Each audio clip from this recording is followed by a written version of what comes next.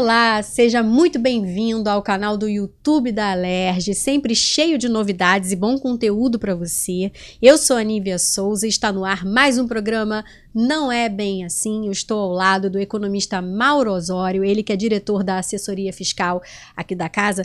E hoje a gente vai falar sobre a importância do sistema produtivo de gás e petróleo, que nesse momento está mais em evidência por conta de uma crise internacional, não é, Mauro? Sim.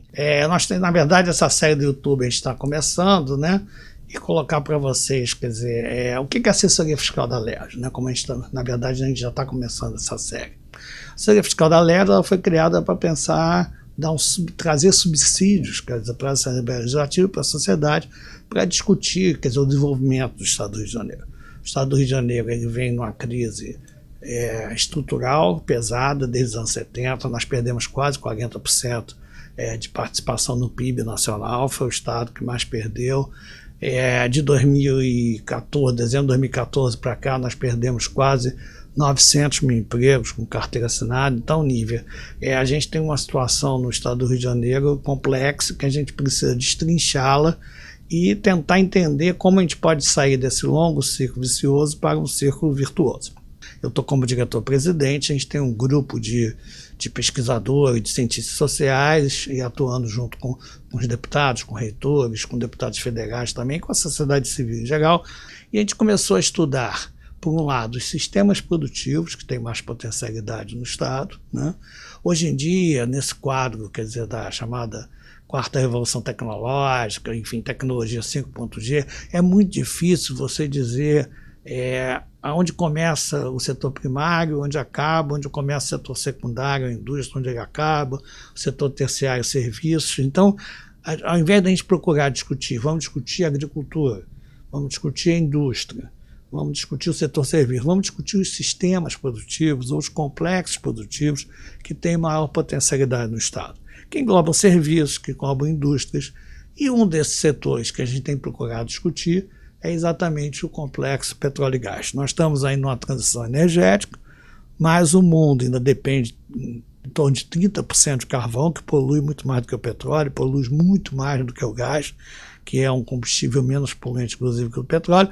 Nós já temos toda uma infraestrutura aqui no litoral fluminense, quer dizer, na Bacia de Santos, na Bacia de Campos e agora na Bacia de Santos, chamado pré-sal.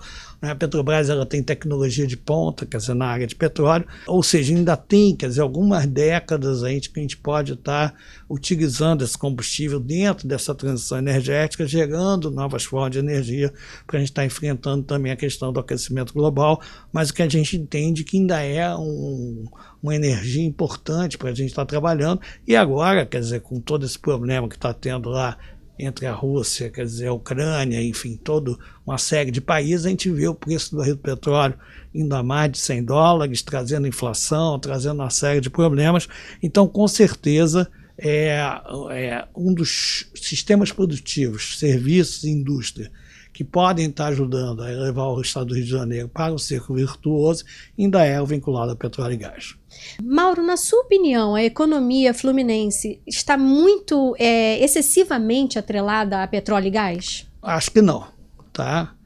Primeiro que 80% de fato das reservas de petróleo e gás brasileiras estão em frente ao litoral fluminense. A Petrobras está aqui, a sede das principais empresas aqui, o Instituto Brasileiro do Petróleo está aqui, e muita gente diz o seguinte: nós temos que diversificar a estrutura produtiva fluminense porque ela está muito concentrada no petróleo e gás. Eu concordo que a gente precisa diversificar a estrutura produtiva fluminense. Eu discordo que a gente já está aproveitando o que é possível no complexo petróleo e gás. Na verdade, dentro dessa crise estrutural, nem o sistema produtivo de petróleo e gás nós estamos aproveitando adequadamente. Apesar de nós termos aqui cerca de 80% da extração de petróleo, nós fizemos uma nota técnica na assessoria fiscal que ela mostra que 75% dos fornecedores da Petrobras estão fora, quer dizer, do Estado do Rio de Janeiro, e a maioria no exterior, né? Outro ponto, nós não podemos cobrar ICMS sobre a extração de petróleo, porque o ICMS é o principal imposto estadual, normalmente ele é cobrado onde é produzido o bem ou serviço, mas no caso do petróleo e da energia elétrica, na verdade ele é cobrado no estado consumidor, nem no estado produtor. Então, ora, nós temos uma ilusão. Nós temos aqui a Petrobras, temos aqui as principais empresas de petróleo, temos toda uma área de pesquisa em torno disso, mas, na verdade, os fornecedores, 75% estão fora do estado do Rio de Janeiro. Então, esse nosso estudo é exatamente para alertar para isso, e a gente está discutindo como ampliar essa estrutura produtiva no estado do Rio de Janeiro. Tem um outro ponto, quer dizer, o gás, que é um combustível que é muito menos poluente do que o carvão. Quer dizer, o carvão é o dobro de poluição, então nesse cenário do aquecimento global, 1/3 da energia mundial ainda é carvão e tem que migrar para gás e para outras energias renováveis, como a eólica, enfim, quer dizer, a solar, né? Mas o gás é um combustível de transição. E hoje o que acontece no litoral fluminense? Nós fizemos uma conta na assessoria fiscal e na nota técnica que nós temos, 56% do gás ele é reinjetado para extrair mais petróleo. Mas a gente pode dar um uso mais nobre a ele, para industrializar o estado do Rio de Janeiro, né, para produzir fertilizantes, que a gente importa quase tudo. A gente está vendo um grande problema aqui agora, quanto a essa crise aí da Rússia e da Ucrânia. Né? Então, mas por que a gente está reinjetando 56%? Porque faltam dutos para trazer para a terra. Agora a Petrobras está terminando a chamada Rota 3, que vai trazer gás de alto mar para Itaboraí, né? E nós estamos reivindicando que tem ainda uma Rota 4 para trazer o gás para a região de Itaguaí, para a região da Baixada Fluminense, que é uma região que tem pouquíssimo emprego, que é uma região que tem problema de infraestrutura e quase não tem atividade industrial. Então a nossa proposta é que o petróleo deixe de ser uma riqueza que vaza do estado do Rio de Janeiro, tá? E que a gente passe a usar melhor o gás, atrair fornecedores para o estado do Rio de Janeiro e usar melhor o gás. Então é importante fazer a Rota 3, está terminando agora, tem um projeto, tem um programa de atrair indústrias para usar esse gás no estado do Rio de Janeiro, fazer a Rota 4, que também tem um programa para usar esse gás para industrializar também o estado do Rio de Janeiro na região da Baixada. Então, agora, qual é o problema? Por que até hoje se reinjeta isso e não se traz para a terra? Porque os dutos são caros.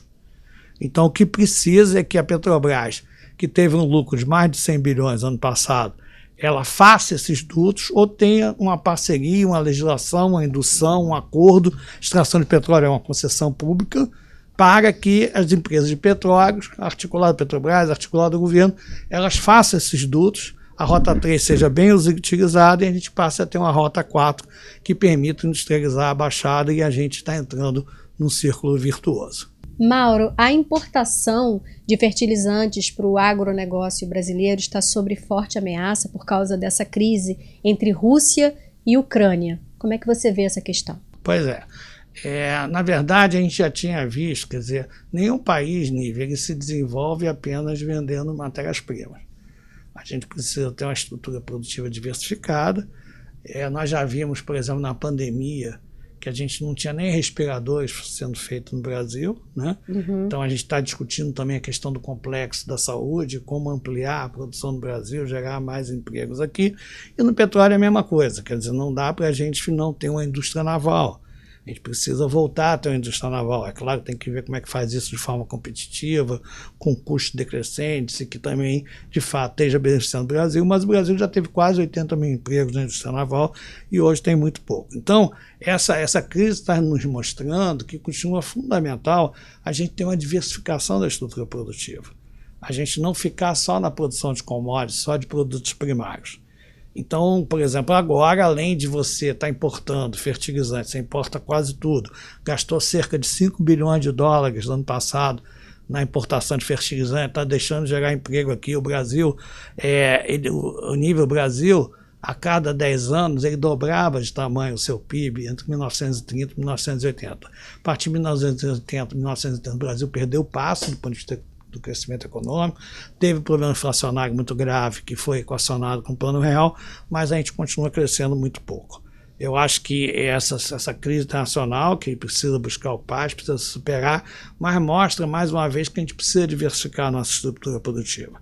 A gente precisa produzir fertilizantes aqui, a gente precisa ter uma parcela significativa da cadeia ligada ao petróleo e gás sendo produzido no Brasil. Muita tecnologia que você usa para extrair petróleo são tecnologias híbridas. Por exemplo, a visualização do fundo do mar para extrair petróleo no pré-sal você pode usar também no cinema. Então a gente precisa caminhar para uma diversificação da estrutura produtiva, depender menos de importação e estar gerando mais emprego internamente no Brasil, principalmente no estado do Rio de Janeiro.